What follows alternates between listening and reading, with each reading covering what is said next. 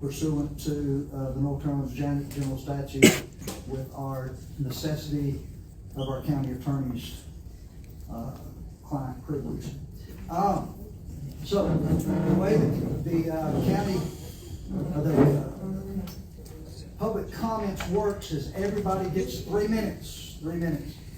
And please be respectful for those who are speaking, whether you agree or disagree with them or not. Allow them their 3 minutes of time.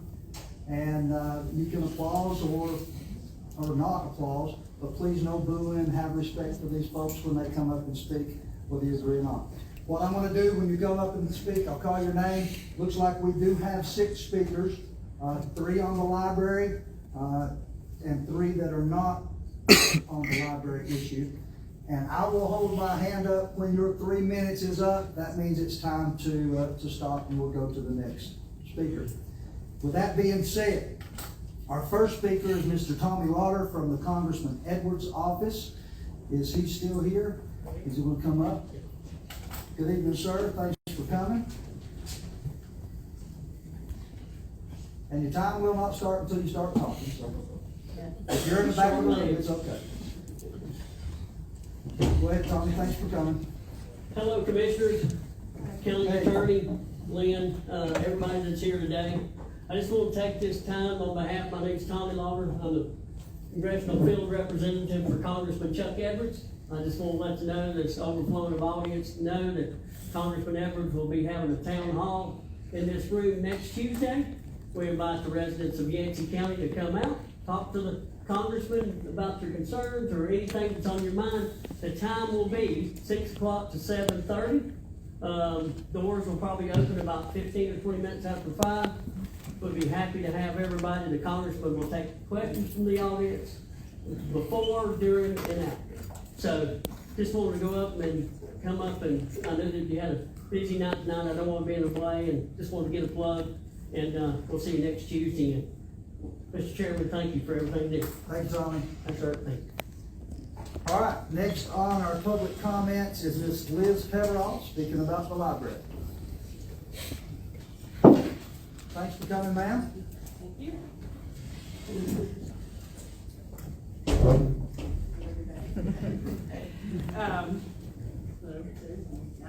Thank you for having me. I am a terrible public speaker. My heart has been pounding the whole time, and I came early so that I could get my name on the list because I have felt passionate about this issue, haven't had a chance to speak.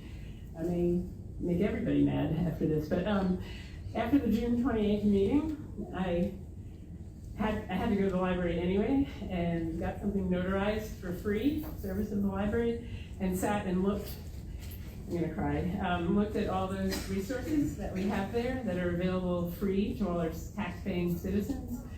All those books, the computers, the internet, the cool place to sit, the beautiful building, and I just got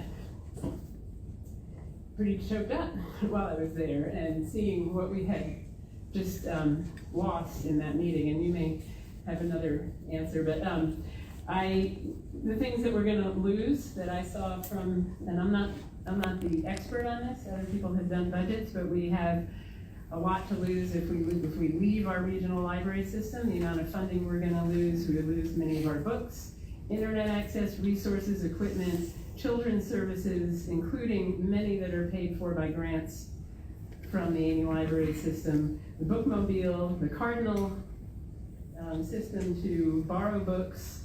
And I just started looking around and like, I could get these things. I mean, by the way, I'm Dr. Peverall. I make enough money that I could provide these for my family. Anyone can get any information off the internet, but what about our less fortunate people?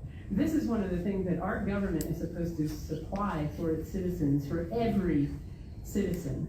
And then I started thinking, how did we get to this point? I mean, really, what happened here? How is it we got to the point that we couldn't speak to each other?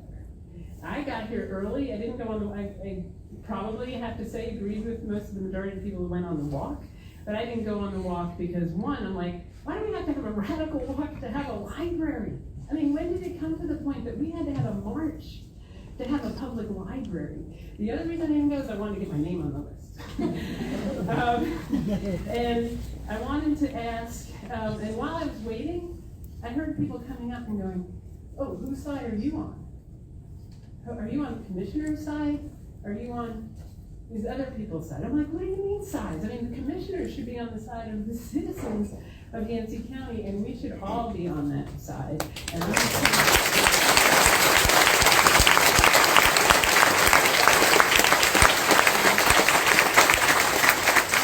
care about what is good for our children. I mean, all of us, can you hear me? I mean, what we care about is what, this is not on anymore, I don't think, but anyway. Yeah, I can hear you.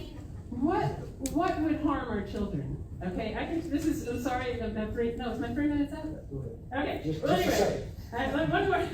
The violence that they see every day, the conflict we have between each other are the things that are gonna harm them. That's what's really gonna harm them.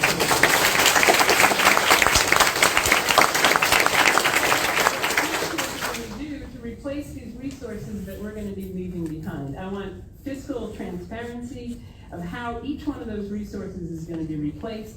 And as a person who cares about fiscal responsibility, as a taxpayer, I want to know where that money is going to come from. So, Thank you, ma'am. thank you.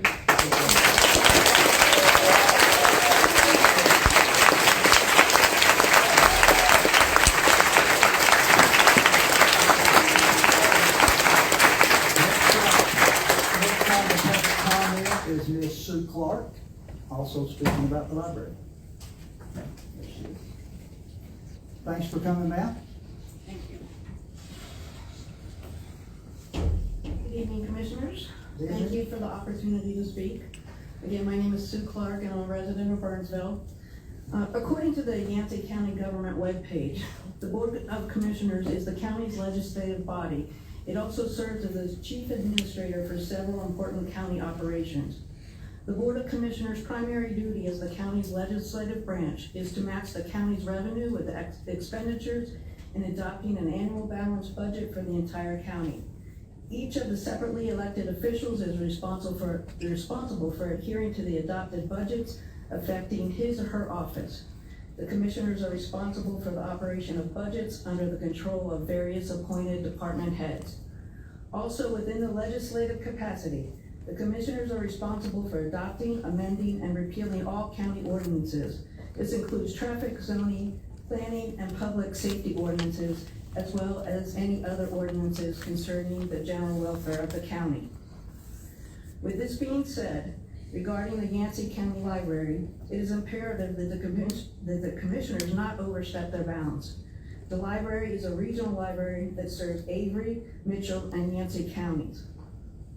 If the Yancey County Library is removed from the regional library system, all state funding will no longer be a possibility. Federal grants will no longer be an option. The library would then become a local entity where there would not be enough local funds available to make it a viable library for its citizens. As you know, Avery, Mitchell, and Yancey counties are rural areas where many household incomes are not high, and the residents can in no way support a higher tax rate in order to continue to make our library a feasible resource. The Yancey County Library provides valuable educational services for everyone in the community regardless of religion, beliefs, race, gender, age, sexual orientation, political affiliation, or community standing. By removing the library from the regional system, the library automatically becomes a diminished community service resource. I respectfully ask you, Commissioners, to reconsider the possibility of removing the library from the regional library system. Thank you very much.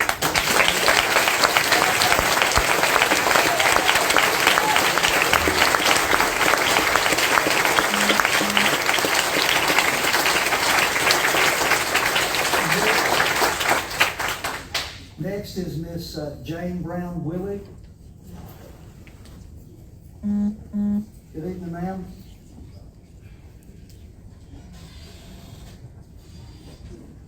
Thanks for coming. Thank you. Hi, David. Hi, how are you? Fine, thanks. I can that Burnsville Town Center worked out well, didn't it? Yeah. The house that David built. Hold on, helped hold work on. with him I'm on gonna that. stop the time and reset.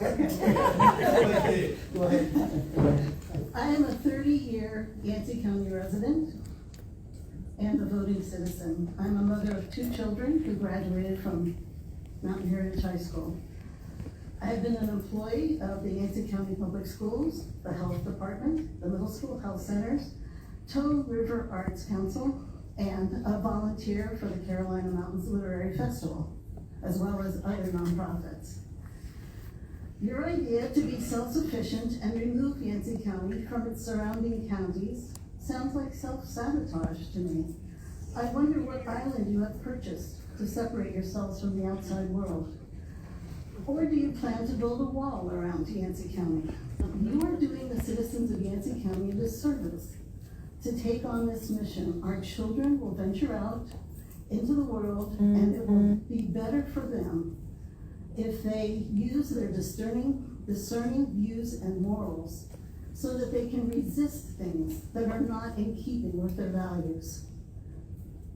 Pastor Waterman, I'm sure, does not use that vision for his congregation. When you go to the grocery store, do you allow your children to pick whatever they want off of the shelves? Or do you parent them and allow choices that is in keeping with your values? Well, the same holds true for the library. I am in awe of our wonderful library and its services. I've been a card-carrying member since 1995. As a retired person, I am able to check books out that I can no longer afford to buy. I travel the world through reading. I learn about other cultures, and I gather seeds from my garden. When I taught in the preschool, the bookmobile came and reinforced the idea that children could pick out books and read them at home. This would be a terrible loss for the Yancey County residents and the children. When my internet service goes out, which unfortunately it does quite often, now there's a problem you could solve.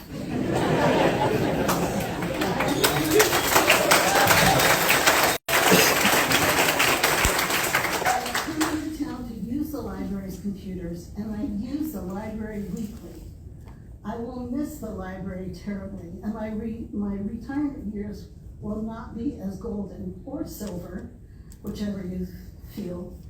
Our children need feeding in the schools and at home. We need health care. We need affordable roofs over their heads. We need healthy parents. These are the real problems that need solving in this county. But you take on the health department and the libraries? I can only ask why. How is this helpful? I have watched you dismantle the health department. I was one, that's all? Okay. Thank you.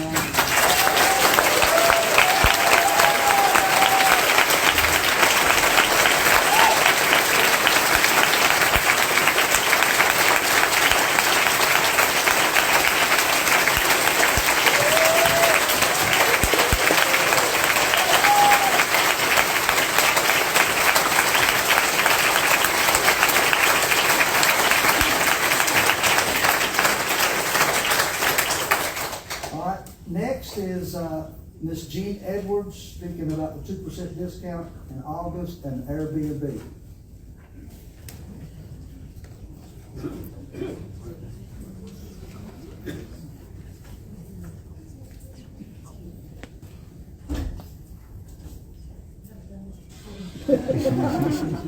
Thanks for coming, Jean. Thank you. I'm sorry. Thanks for coming. Thank you for having me. Good evening, my name is Jean Edwards, and I live in Bowledge Community, and I'm on a different subject. First I want to thank you for giving me the time to speak. My passions.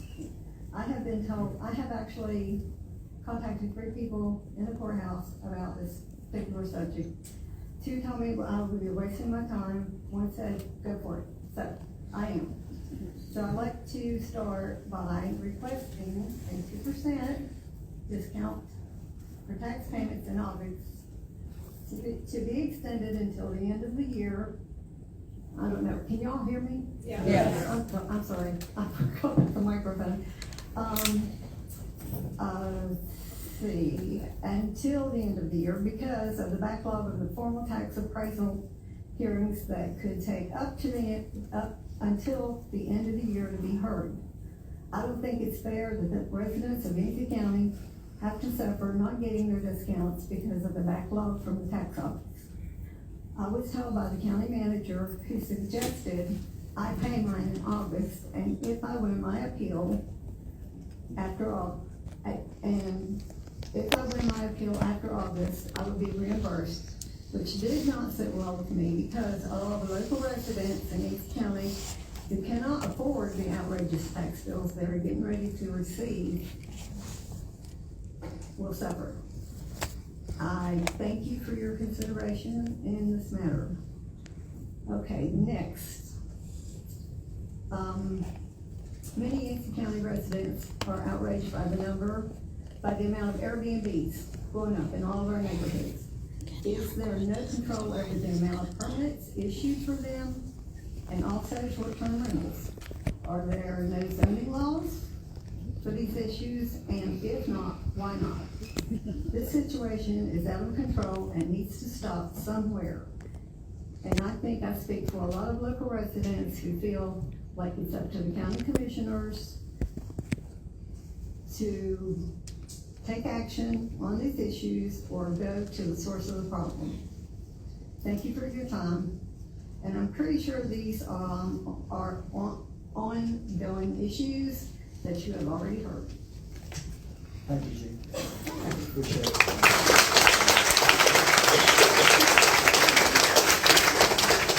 Next, and our final speaker is Mr. Danny McIntosh. Come on, I think it's a tradition that Danny speaks last, as usual. Go ahead, Mr. McIntosh. I think the shout out that Lynn gave the mortgage to $600,000 went unnoticed. I'm going to apply.